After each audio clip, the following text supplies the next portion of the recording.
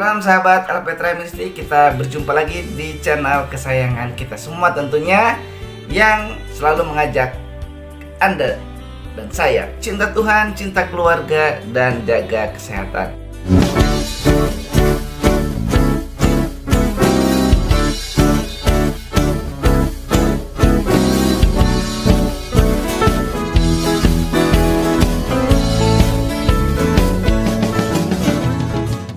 Baik sahabat Alpetra, tidak usah berlama-lama ya. Langsung kita akan menyapa Om Yan. Shalom Om. Halo. Ya Om, nih masih ramai tentang Israel dan Palestina. Nah ternyata juga ada apa ya, mau tidak mau bicara tentang Yahudi ya Om. Dan Yahudi itu kan menganut agama Yudaisme ya, yang tentunya buat orang Yahudi. Nah, Om pernah di yang lalu mengatakan di Indonesia juga banyak umat Yahudi. Nah, mereka juga ada sinagogenya. Sinagoge itu tempat ibadahnya orang Yahudi yang menganut Yudaisme di Surabaya sama Manado yang terbanyak ya Om. Walaupun mungkin mereka nggak berani secara vulgar gitu mengidentifikasi dirinya. Nah, tapi hampir bisa dipastiin ya Om, kalau mayoritas publik menganggap orang Yahudi memeluk agama Yahudi. Nah, Om juga waktu di konten yang lalu, di video yang lalu bilang nggak semua, karena di sana juga ada yang Kristen ya Om. Bahkan menurut penelitian ini ada juga yang Islam, dan mereka biasanya disebut Jews for Allah gitu. Orang Yahudinya tuh Jews for Allah gitu Om. Dan juga ada yang sekularisme, agnostisisme, sainteologi juga ada di sana gitu ya. Jadi nggak seluruhnya Yahudi, tapi mayoritas ya Yudaisme. Nah Om, kan agama Abrahamik itu Yahudi, Kristen, dan Islam gitu. Yudaisme itu sebetulnya apa sih Om?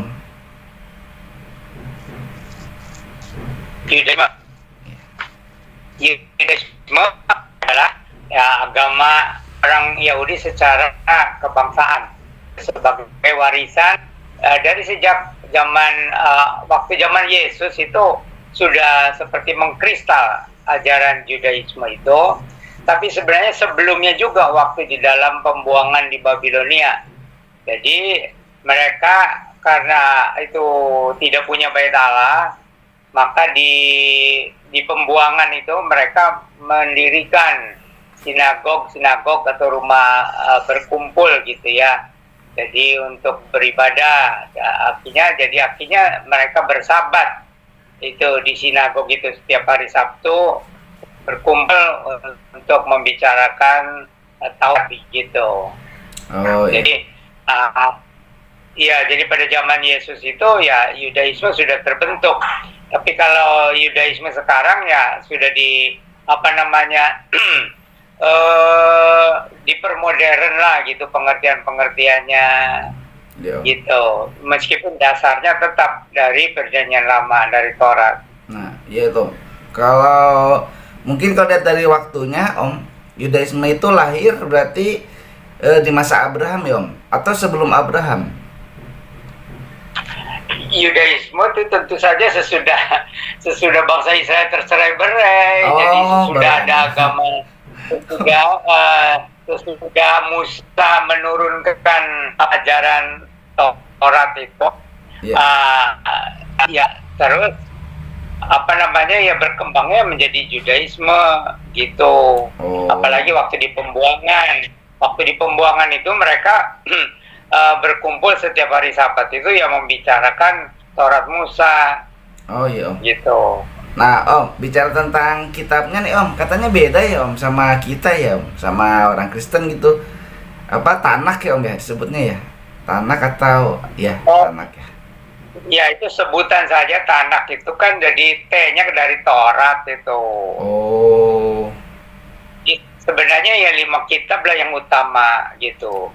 Tapi mereka ada itunya nggak Om? Kayak kitab selain Pentateuch ya Om ya, yang 5 itu Kejadian, Keluaran, Imamat, Bilangan, Ulangan, ada nggak kitab Mazmur? Kan mereka suka bilang Mazmur Daud gitu. Kitab Yesaya gitu, ada. Iya. Betul. Jadi itu mereka pegangnya gitu kan, jadi Taurat, Mazmur dan nabi-nabi gitu. Sebutannya ada. Jadi memang terus apakah itu apa kan ada itunya Om Rabi ya Om? Apa mungkin di kita pendetaannya gitu. Sebutnya Rabi ya. Iya betul. Jadi mereka itu mempunyai guru-guru agama yang disebut Rabi. Biasanya itu suku Lewi. Nah, kalau ada dari keturunan Harun, si Lewi juga. Tapi kan Ibrahim. Padahal mereka kan bait Allahnya kan sudah nggak ada tuh, sesudah tahun 70 abad pertama kan sudah hancur tuh bait Allah gitu. Jadi ya mereka mendirikan sinagog, pusatnya adalah kitab Taurat gitu. Lalu muncullah guru-guru Alkitab bagi mereka yang dipanggilnya Rabbi gitu. Itu Om jadinya kayak kan Tuhan Yesus juga dipanggil Rabi ya Om. Ya karena Tuhan Yesus kan mengajarkan perjanjian lama juga gitu. Oh, apa berarti gurunya orang Yahudi juga ya Om? Karena kan nih ada kemarin saya lihat di YouTube ya Om ya, ada tayangan itu ketika ditanya kebanyakan orang Yahudi itu ada yang bilang ya Yesus itu rabi aja dan mereka bukan nabi, nabi biasa aja gitu. Kalaupun nabi, karena mereka nabinya Musa katanya ya Om. Iya betul. Jadi bagi orang Yahudi ya Yesus itu hanya seorang rabi gitu.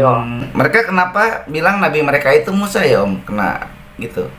Apa karena Pentatek dari Musa? Oh itu bagi orang Israel itu Musa itu sudah bagaimana ya? Sudah seperti orang yang agung gitu, nabi yang besar lah, nabi besar gitu. Iya Musa. Sedangkan nabi-nabi yang lain ya hanya sekedar tambahan lah. Iya Om ya. Itu saya juga baru menyadari mereka ternyata lebih cenderung ke Musa ya Om. Lebih iya luar biasa mereka memuja Musa gitu. Kalau ditanya kamu tahu siapa Yesus? Nggak tahu gitu. Atau Yesus itu orang biasa aja katanya gitu. Itu malah kalau yang mungkin agak fanatik gitu ya Mbak, dia hanya orang biasa gitu. Orang Yahudi itu Om berpandangan bahwa jadi kayak saling menyalahkan Om. Yang ngebunuh Yesus itu bukan kami katanya, tapi penjajah Romawi. Jadi bukan orang Yahudi. Salah kalau bilang orang Yahudi yang bunuh katanya gitu Om. Karena yang Mesias yang pengorbanan itu belum datang katanya. Itu Yesus itu orang biasa dan itu yang bunuh. Yang kalian bilang Yesus Tuhan itu yang kalian bunuh itu orang Romawi, bukan kami yang bunuh. Nah, itu gimana Om? Ya memang betul. Jadi karena waktu itu penguasa yang sah, artinya itu penjajah itu Romawi. Cuma bangsa Romawi itu menyalibkan itu karena atas desakan dari para ulama Yahudi gitu. Iya. Nah, terus saling melemparkan bahwa bagi orang Yahudi ya Romawi lah itu yang menyalibkan Yesus. Bagi orang Romawi, orang itu ulama Yahudi yang menyerahkannya kepada kami kan. Gitu. Waktu itu kan pernah ada semacam pertanyaan dari Pilatus itu. Jadi apa yang harus aku perbuat dengan Yesus yang disebut Mesias itu ya. Terus mereka rame-rame bilang salibkan dia dengan marah, salibkan gitu. Tuh sejarahnya. Iya Om ya. Kan tapi udah jadi pandangan umum sih ya Om bahwa itu orang Yahudi yang menyalibkan Yesus gitu. Pandangan umumnya kan gitu. Jadi ya tapi udah dijelasin sama Om tadi, saling nyalain. Nah Om, ini menariknya mereka juga kan kita ada pengakuan iman rasli Om. Waktu Tuhan Yesus itu mati di bawah pemerintahan Pontius Pilatus. Nah itu Om juga dipakai dasar bahwa yang menyalibkan bukan orang Yahudi gitu. Tapi itu katanya di kamu ada tuh pengakuan iman rasuli. Coba katanya bilang kan di bawah pemerintahan Pontius Pilatus disalibkan, mati dan dikuburkan. Bukan di bawah Yahudi gitu. Ini pertama, orang-orang Yahudi takut ketiban dosa atau menjadi semacam penjahat. Nah, yang kedua mungkin mereka tidak tahu sejarahnya dulu, bahwa nenek moyang mereka itu yang bilang biar darahnya tertanggung atas kami dan anak cucu kami. Iya, iya. Gitu. Nah, kalau Pilatus sebagai wakil pemerintah jajahan itu hanya melaksanakan saja dari permintaan mereka.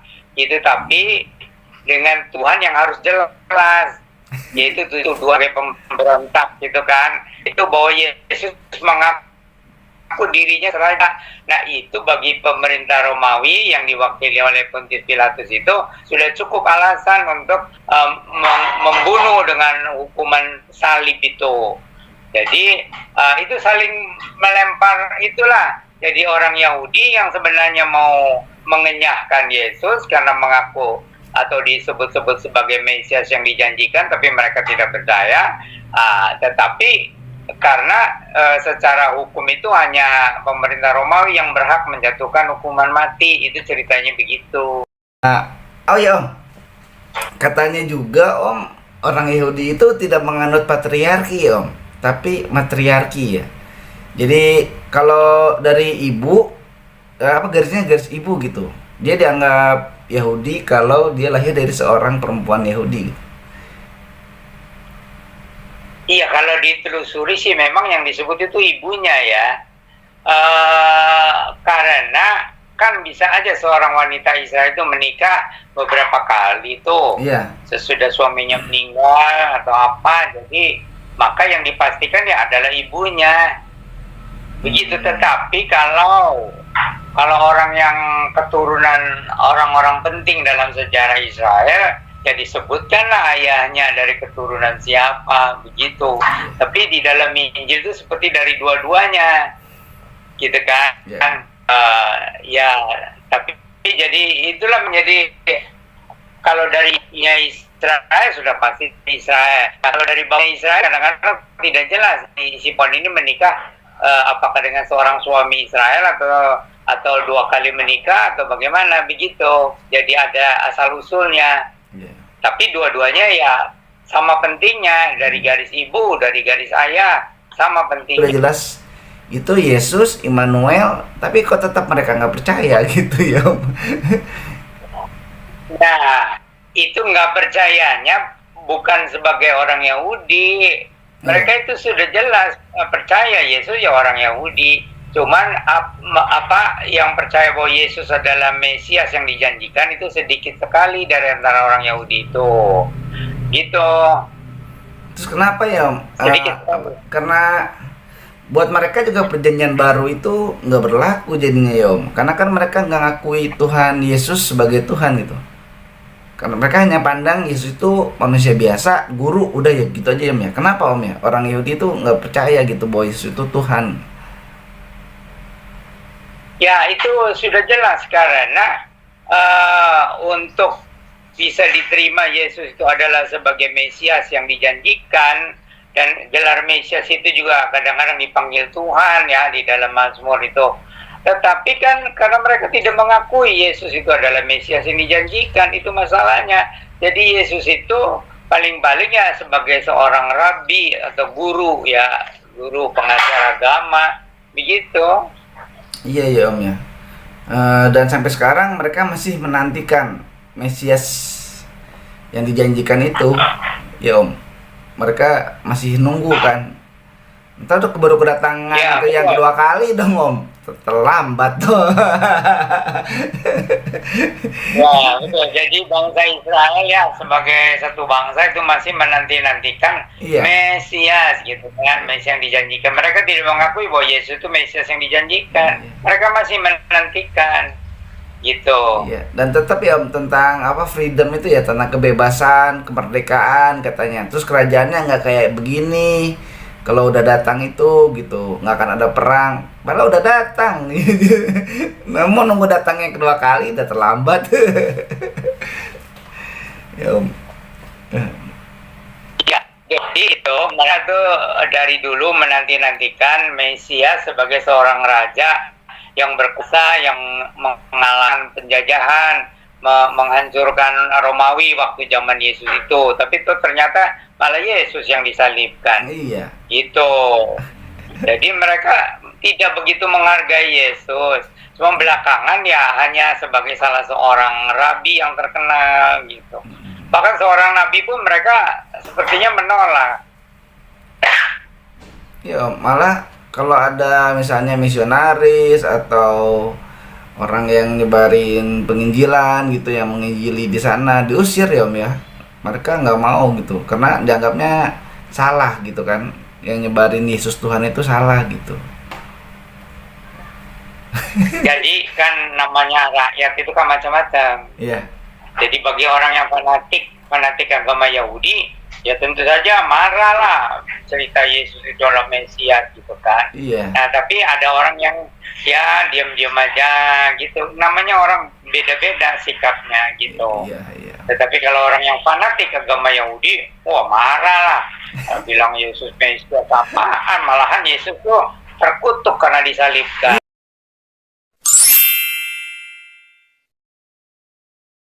Kan mereka itu nggak boleh menyebut nama Allah ya Om, tentang Allah gitu. Tetap YHWH gitu Bukan, kan, Om. bukan nggak boleh menyebut nama Allah, nama itu Yahweh itu, pantang Iya. menyebutkan nama Yahweh. Adonai ya Om, nggak boleh bilang Yahweh, bilangnya Adonai gitu ya. Ya nggak boleh. Jadi Adonai kan artinya Tuhanku, Oh. Tuhan kami. Iya Om. Nah itu kenapa ya Om? Malah ada yang pernah saya baca itu, ada yang nambahin sendiri gitu. YHWH itu jadi diucapkan Yahweh itu karena huruf A sama E-nya itu ditambahin gitu sama siapa gitu Om. Ya lupa sih Om. Itu. Jadi sebetulnya memang nggak bisa diucapkan katanya Om. Karena kudus ya Om. Karena Ya, kudus. memang tuh. Jadi hanya YHWH aja. Iya. YHWH pun Tapi mereka nggak kemudian boleh ada nyebut ya Om. orang-orang yang Iya nggak boleh nyebut juga ya. YHWH pun mereka nggak boleh nyebut, katanya Adonai aja bilangnya. ya, sebutnya Adonai. Ya, jadi kalau nggak salah di kitab Ulangan tuh, engkaulah Bapa kami, kata orang Yahudi. Itu ada ada ayat-ayatnya. Oh. Jadi kepada Yahweh itu, engkaulah Bapa kami, tapi tidak sebut Yahweh Bapa Bapa Yahweh. Tapi bahwa orang Israel itu memanggil Allah sebagai Bapa. Makanya waktu Yesus ada pun kami mempunyai satu Bapa itu kan, ya Yahweh itu. Jadi memang begitu. Sudah kena istilah Bapa, teman jarang karena mereka merasa tidak layak. Oh. Gitu, karena mereka kan merasa bangsa yang berdosa, yang sudah dibuang. Bagaimana berani memanggil Allah sebagai Bapa? Oh. Baru Yesus kasih tahu bahwa Allah itu begitu mengasihi mereka. Gitu, maka memperkenalkan Yahweh sebagai Bapa. Berarti dari dulu memang istilah manggil Bapak itu memang udah ada ya Om? Yang lama itu. Dasar Alkitabnya ada di kitab Taurat. Oh. Cuma orang Israel, orang-orang Yahudi itu merasa tidak layak memanggil nama pun nggak layak, artinya manggil sebagai Bapak. Gitu. Oke Om. Jadi diganti aja Adonai. Jadi Adonai ya Om ya. Adonai. Nah Om, ini satu lagi nih Om. Yang tadi kan kita ngomongin rabinya ya Om ya. Rabi. Nah ini ada tentang perpuluhannya Om, perpuluhannya. Nah yang pertama, perpuluhan itu kan katanya kalau mereka orang Yahudi itu, perpuluhan itu kan memang di perjanjian lama untuk orang Lewi Om ya, orang Lewi. Tapi dijelaskan orang Lewi itu kalau sekarang itu mereka itu orang yang bekerja di gereja, misalnya cleaning service, tata usahanya lah atau pemusiknya lah gitu, tuh sebutnya Lewi. Nah itu uang itu dikasihinnya perpuluhan itu untuk orang Lewi itu, tapi juga ada seberapa persennya dikasih ke imamnya yang disebut Kohen katanya. Nah itu gimana Om? Sebetulnya gimana? Jadi dulu kan sistemnya kan udah jelas tuh. Kalau keturunan Harun menjadi imam-imam, nah kalau keturunan Lewi menjadi membantu imam-imam itu pelayanan di Bait Allah gitu ya. Tetapi kemudian dalam perkembangannya, kalau keturunan Harun itu memang hidupnya dari persembahan gitu, tapi kalau suku Lewi itu sudah punya pekerjaan sendiri gitu, apakah bertani atau dagang dan sebagainya. Nah, jadi Tuhan itu memang untuk pekerjaan di Bait Allah gitu. Nah, yang menerima itu memang pertama untuk imam-imam itu 1/10 dari 1/10. Selebihnya untuk pekerjaan di Bait Allah gitu. Nah, tetapi karena orang Lewi kan banyak yang kaya-kaya, punya usaha dan sebagainya, ya akhirnya ya dipeganglah oleh orang-orang keturunan Harun itu, para imam, dan untuk pekerjaan di Bait Allah. Gitu. Jadi ini ternyata beda ya Om, ada keturunan Harun sebagai imam, yang suku Lewi itu sebagai pelayan Tuhan dalam rumah tangga ya, gitu ya. Oh, ya. Enggak, yang membantu itu juga membantu imam-imam juga, cuma sudah kelasnya aja. Bait Allah itu kan adanya di Israel, jadi kalau orang yang di luar Israel nggak wajib perpuluhan. Gimana? Padahal kan Alkitab kan dari dinuliskan kita dimanapun nggak perpuluhan, Om. Ya itu kalau perkembangannya saya tidak tahu ya. Tapi kalau dulu itu ya akhirnya ya dikumpulkan ke Bait Allah begitu. Lalu ada tentu ada pengurusnya sebagainya gitu ya. Orang-orang Lewi yang membantu ya tentu dipertimbangkan menurut pekerjaannya juga gitu kan. Nah tapi perkembangannya kemudian saya nggak tahu. Ya. Itu kan kayak persembahannya itu kan berupa ya ternak gitu ya Om, ternak atau hasil tani gitu katanya, bukan uang lah gitu. Jadi mungkin kalau kayak gitu Bait Allahnya banyak kandang ini binatang. Enggak, itu diuangkan, dijual kan, masih inget nggak itu? Ya, masih inget ya pernah Yesus itu jangan rumahku dijadikan tempat jual beli gitu iya, jangan dijadikan tempat. Jadi ada di situ untuk yang jual beli ternak persembahan. Ada gitu. Ya itu pikiran komedi saya aja Om itu. Saya kadang kalau lagi berhayal suka pikiran lucu. Itu tuh ya. Jadi itu dikomersilkan juga oleh orang-orang Lewi, dikomersilkan. Kan di Indonesia juga Om ada tradisi Om, di beberapa gereja gitu suka ada itu kan Om, kayak panen itu ya Om, panen pertama dibawa ke gereja gitu, padi terus tapi kan ayam, sapi, kambingnya udah dimasak, udah disate, udah diopor, udah tinggal dimakan. Gitu mungkin kayak saya kurang tahu itu ya perkembangannya. Jadi kalau dulu itu kalau berupa ternak ya memang dimakan bersama dengan orang-orang yang datang ibadah. Iya.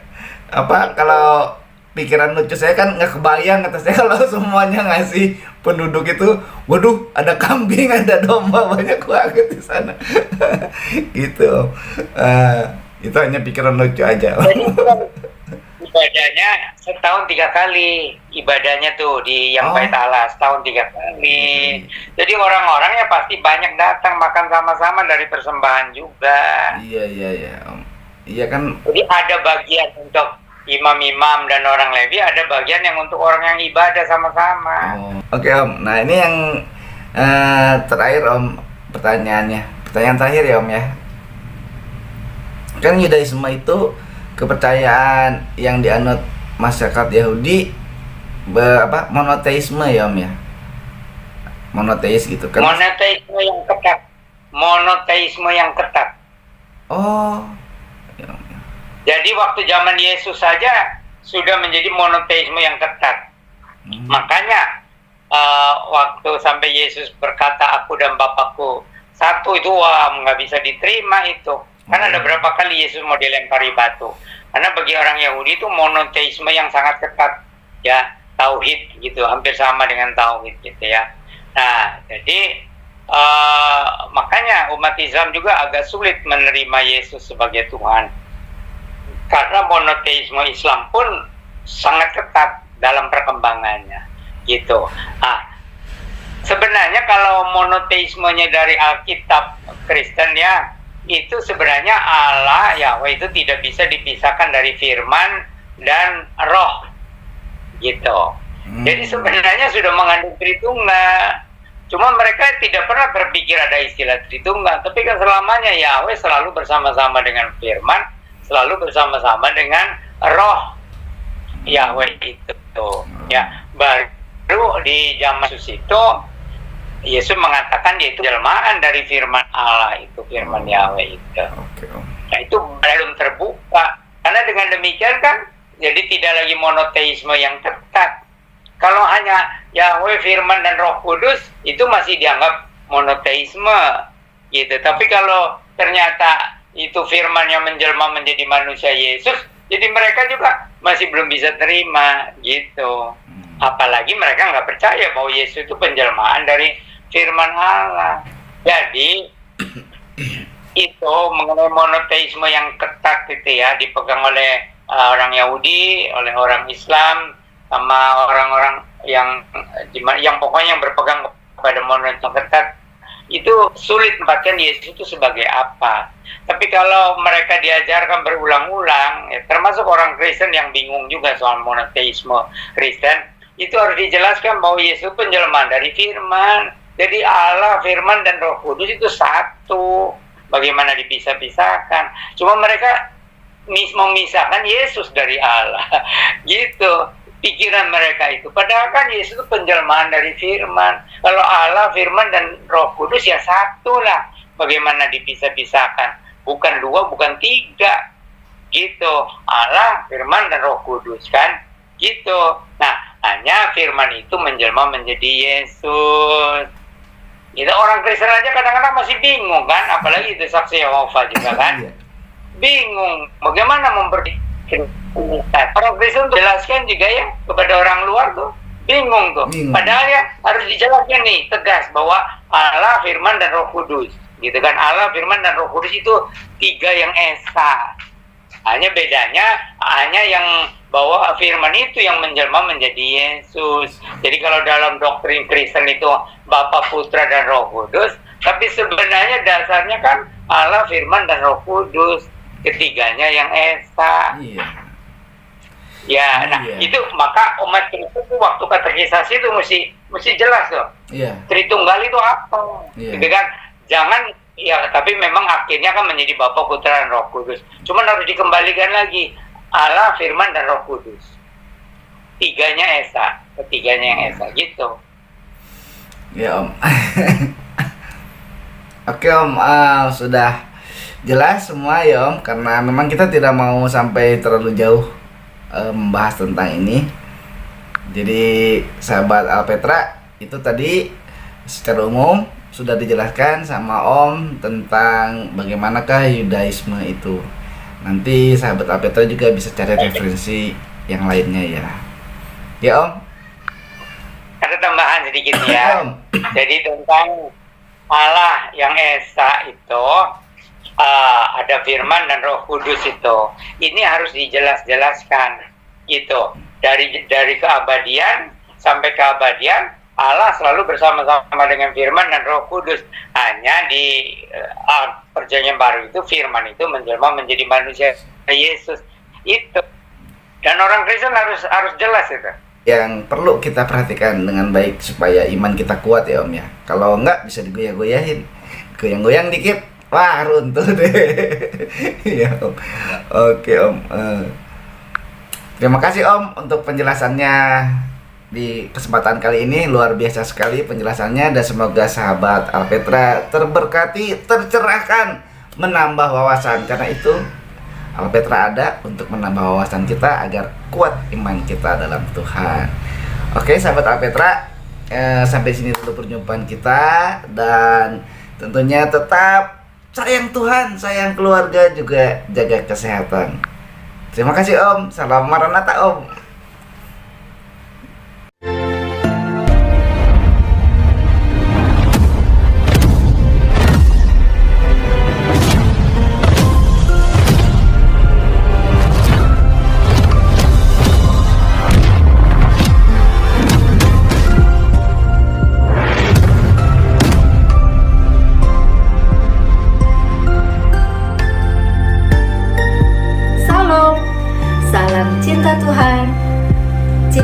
olahraga dan jaga kesehatan.